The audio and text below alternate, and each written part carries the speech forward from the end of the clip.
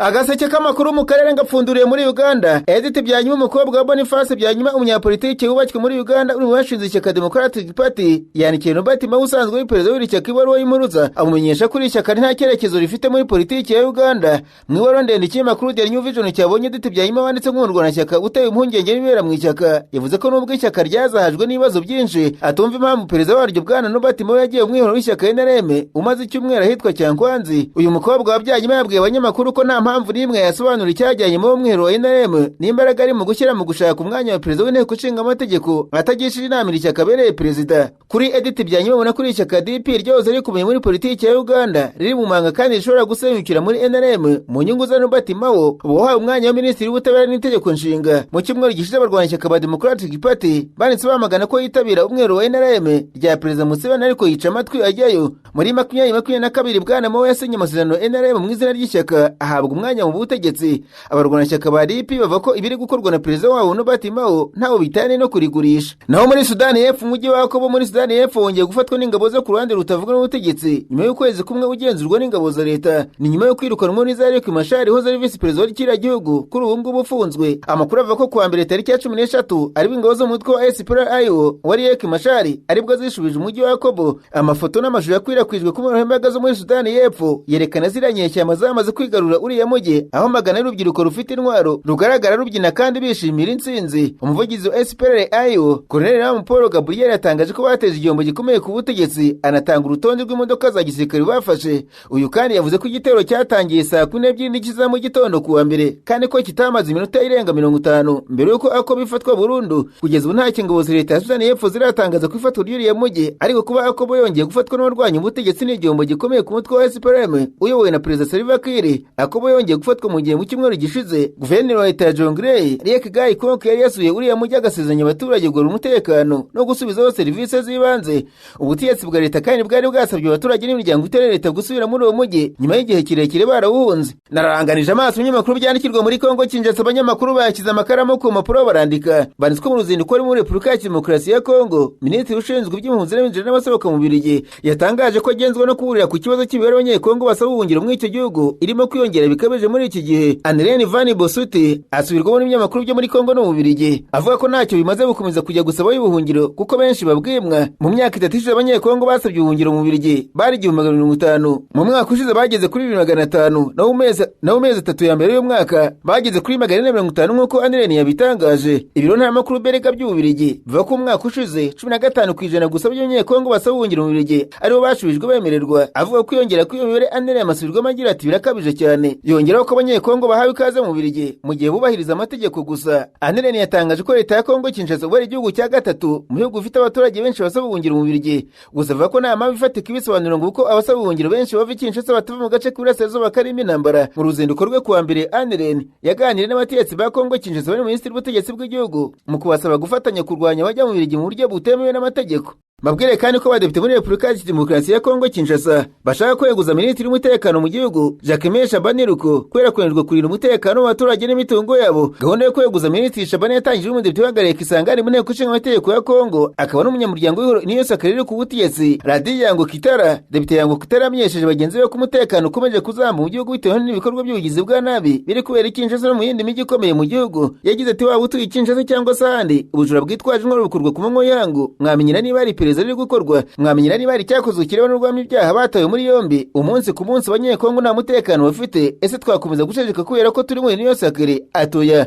Uyu mudepite yatangaje ko minisitiri Shabani atagifitiwe icyizere amusaba kwegura mu gihe kitarenze amasaha 48 guhera tariki ya 13 Mata uyu mwaka agashyikiriza perezida wa Kongo ubwegure. Biteganyijwe ko abadepite bazajya impaka kuri gahunda depite Yango Kitara yo kweguza minisitiri Shabani bagenzure niba agomba kwegura cyangwa se kuguma mu nshingano. Depite Yango Kitara yakomeje kwangura amaga muri bagenzi be kugira ngo ashyigikire gahunda ye. Yemeje ko maze kubona imikono y'abarenga 50 mu byikiye. Umucuruzi w'umunyekongo wakoreraga i Pretoria muri Afrika y'Epfo yiciwe Kinshasa. Ubutegetsi bwa leta ya Kongo bwavuze ko ari benshi bakekwaho kugira uruhare mu rupfu rwe bamaze gutabwa muri yombi mu gihe ukekwa kurusha abandi agihigishwa uruhindu. Amisi Yisavare yishwe mu ijoro yo ku itariki 9 rikira ku itariki 10 kwezi kwa kane ubwo ari muri aparitoma ye iri mu nyubako Renaissance rere muri komine Gombe nk'uko Minisiteri y'Ubutabera Kongo Kinshasa byemeje mu itangazo yasohoye kuwa mbere. Iyi minisiteri yavuze ko kuri ubu abashinjacyaha bamaze gutangiza iperereza ndetse inzego z'ubutabera zikaba ziri gukora uko zishoboye kugira ngo hagize urupfu rw'uriya mucuruzi bamenyekane. Ubushinjacyaha bwahise bwinjira muri iki kibazo mu rwego rwo kugeza imbere y'ubutabera abicanyi, abafashe ndetse n'ibyitso byabo. Leta ya Kongo yagaragaje urupfu rwa Ava ari nk'ubwicanyi bwari bwateguwe, itanga isezerano ry'uko igomba kurutangaho igisubizo gihamye. Komine Gombe uriya mugabo yiciwemo iza ku isonga mu kurangwamo ibikorwa by'ubwicanyi n'ubugizi bwa nabi bikunze kugaragara i Kinshasa,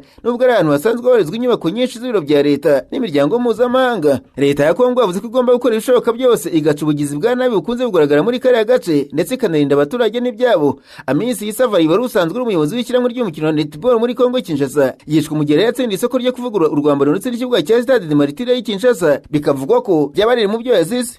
Nasimbukiye Burundi, abanyamakuru bicaye imbere ya mudasobwa barandika banditswe abaturage batuye mu Gatumba mu bice bya Ruzizi, Murinzi ndetse n'amahoteli batabaza ko bagiye kurengerwa n'amazi ava mu mugezi wa Ruzizi n'ikiyaga cya Tanganyika. Ikinyamakuru Iwacu cyanditswe abaturage bo batuye habaye mu gishanga, hamwe mu basigaye bariyose n'indwara zituruka ku mwanda kubera guhora mu mazi mabi. Ubu barasaba ko batabarwa batararengerwa. Kuva mu kwezi kwa Werurwe, imiryango 284 mu gace ka Gatumba agizwe ingaruka n'izamuka ry'amazi y'umugezi wa Ruzizi ndetse n'isesekara ry'ikiyaga cya Tanganyika. Ibibazo bimaze hafi imyaka 5 bikomeje, bikaba bituma abaturage barushaho kutishimira ubuzima bibabayeho kuko bahatiwe kuba ubuzima bw'amage n'akaga. Abo baturage barasaba ko bubakira amazi ntagumye kubatera, ko bakunze kubasaba kuhava ngo hagaruke ibihe by'izuba byagarutse. Aba baturage bavuga ko mu Gatumba bigoye ko ari ubuzima bworoshye ukurikije uko abandi mu gihugu byifashe, bagasanga leta ikwiye gutunganya amazi y'umugezi wa Ruzizi n'ikiyaga cya Victoria bakubaga ku buryo atuzura ngo asandare mu giturage. Ikinyamakuru Iwacu Burundi cyavuze ko abaturage bona ko batereranwe n'ubutegetsi kuko bakunze kugaragaza ko amazi ateje ikibazo bukica amatwi, kandi ngo banagerageje kwishyiramo ngo bazane amashini akamura y'amazi leta irabyanga. Ku baturage benshi igisubizo si ukuyimura ku ngufu, ahubwo ni ugushyiraho ingamba zirambye nko gusukura umugezi wa Rusizi no kubaka urugomero kugira ngo abaturage bahindwe burundu ibiza by'imyuzure bihora byisubira. Bamwe bagore mu gace ka Ruzizi bagaragaza ingaruka ku buzima ziterwa n'umwanda ubaranga aho batuye, basobanura ko bakunze kurwara indwara zandura bitewe no ko bahora bahura n'amazi adashoboka, ni ukuvuga yahagaze bagomba kunyuramo bajya mu mirima no mu mirimo yawe buri munsi. Marite Bukuru, umugore mu kigero cy'imyaka 50, atanga ubuhamya akavuga ko n'abakobwa be bashoboye kubaka inzu y'ibiti hejuru y'ayo mazi, nubwo bakoze icyo gikorwa ngo indwara ziracyabibasira kenshi. Dieudonne Mubanda, umuyobozi wa zone Gatumba, avuga ko nyuma yo kumenya no kugaragaza uduce twibasiwe n'imyuzure, raporo yakozwe yagaragaje ko imiryango irenga 284 yagizweho ingaruka. Avuga kandi ko iyo raporo yamaze gukirizwa urwego rushinzwe gucunga imyuzure n'ibiza kamere. Akomeza asobanura ko urwo rwego rwamaze gusaba ubufasha, ariko ubufatanyabikorwa n'abaterankunga bagaragaje ko badashobora gutanga ubufasha mu gihe abaturage bagikomeje kuba muri utwo duce twibasiwe n'imyuzure. Uyu mutegetsi yavuze ko abantu barenga 50, uyu mutegetsi agaragaza ko abantu barenga 500 aribo gusa bemera kwimuka ahantu, abandi bose babyanze kuko ubuzima buhendukiye. Agaseke k'amakuru mu karere gafunikiriye muri Tanzania, abanyamakuru bakozeje ba muri norandika bazi ko igipolisi cya Zanzibar cyavuze ko umunyamerikakazi wari waje mu mukerarugendo yapfuye yiyahuye. Inkuru y'urupfu rw'uyu mugore yatangiye kuvugwa cyane muri Amerika ku Cyumweru. Ikinyamakuru Mwananchi gisubiramo umukuru w'igipolisi cyitwa Northern Ungunja avuga ko iperereza ry'ibanze ryerekana ko Ashley Robinson, uzwi cyane ku mbuga nka Ashley Jenny, yapfuye yiyahuye. Umwe mu nshuti z'abatangaje amakuru y'urupfu rwe mbere yavuze ko yumvise amakuru ko Ashley yiyahuye, ariko yemeza ko ari umukobwa ukunda ubuzima udashobora kwiyahura. Ashley Jenny ukunda kwerekana ubuzima bwiza abayemo ku mbuga yari yagiye muri Tanzania mu rugendo rwo kwishimisha hamwe n'umukunzi we, mwambitse impeta muri urwo rugendo banishimira isabukuru y'imyaka 31 yari amaze kuzuza. Umukuru wa polisi ya Northern Ungunja muri Zanzibar avuga ko bijyanye n'urupfu rwa Ashley byabaye kuwa 4 tariki 9 z'ukwezi kwa 4 ko yiyahuye akoresheje igice cy'umwenda we nyuma yo gushwara n'umukunzi we. Komanda wa polisi asubirwamo agira ati nk'uko bivugwa habayeho kutumvikana, maze nyuma abashinzwe hoteli banzura kubatandukanya, umugore ahabwa icyumba cye n'umugabo ahabwa icyumba cye.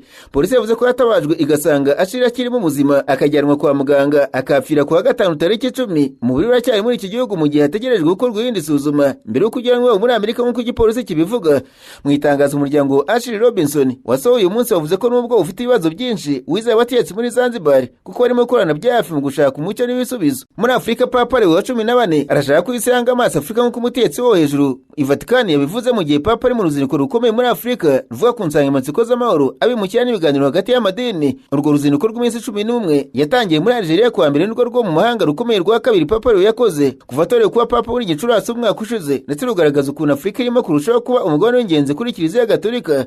Abarenga 1/5 cy'abagatolika ku isi bari muri Afurika, ni ukuvuga abantu miliyoni 148 nk'uko imibare y'umwaka wa 2024 ibitangaza. Ni kamwe mu turere turimo kwiyongeramo byihuse abakirisitu gatolika ku isi. Vatican ivuga ko ubushakashatsi bwabo buheruka bugaragaza kwiyongera gutangaje k'umubare w'abanyagaturika gatolika babatijwe kuri uyu mugabane ntibitangaje kuba uruzinduko rubonwa nk'ikintu Papa Leo ubwo ashyize imbere. Uruzinduko rwe ruzabamo guhagarara mu gicumbi rw'ibihugu bine: Algeria, Cameroon, Angola na Guinea Equatorial. Byose hamwe Papa azakora urugendo rw'ibirometero hafi mu 18, byinshi muri by'akazi abikora mu ngendo 18 z'indege. Ariko yahisemo gutangira uruzinduko rwo muri Algeria, igihugu kitari cy'abanyagatolika ariko gifite icyo kivuze kinini kuri we, ni ku ivuko rya Mutagatifu Auguste. Ndetse Papa Leo wa 14 niwe Papa wa mbere mu muryango w'abihaye Imana bakurikiza inyigisho ze. Ibitekerezo by'uwo wari umuhanga muri Turuje wo muri Afurika y'Amajyaruguru wabayeho mu kinyejana cya 4 birimo gushyira hamwe mu gushaka Imana no kwicisha bugufi, byafashije mu guumurongo ubuzima bw'uyu mukuru wa Kiliziya Gatolika ku isi. Biteganyijwe ko Papa Tsura Akarere Mutagatifu Auguste yabayeho umusenyeri kahoze kitwa Hippo, ubu nahitwa Anaba, akazanahasomera misa.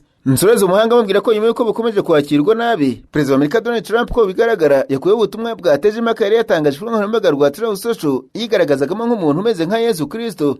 Iyi foto yakozwe yifashishije ubwenge bukorano cyangwa se artificial intelligence yagaragazaga Trump bisa nkaho arimo gukiza umurwayi uryamye ku gitanda mu bitaro. Yateje kwamagana Perezida wa Amerika mu buryo bukomeye, bikozwe n'impande zombi zo muri politiki ya Amerika, abo mu ishyaka ry'abarepublikani nabo mu ishyaka ry'abademokarate, harimo n'abo mu masanzwe bashyigikiye cyane Trump. Ubwo butumwa bwaje hashize amasaha make Trump atangaje ubutumwa buri anenga Papa Leo wa 14, uyu akaba anenga cyane igikorwa cya gisirikare cya Amerika na Israel muri Iran. Trump yemeye ko yatangaje iyo foto, abwira abanyamakuru ko atekereza ko iyo foto ari yewe nk'umuganga. Iyo foto yamaze gusibwa yagaragaza Trump yambaye ikanzu y'umweru akize ukuboko kurabagirana ku gahanga k'umugabo urwaye. Abamunenga bavuze ko isa nk'ibishushanyo by'idini bigaragaza Yesu akize umuntu wamugaye. Iran yatanze ikivuzo cyo guhagarika igikorwa cyo gutunganya Iran mu gihe gishobora kugera ku myaka 5, ariko icyo kivuzo cyanzwe na Amerika ishimangira ko byaba imyaka 20 nk'uko byatangajwe n'ikinyamakuru New York Times.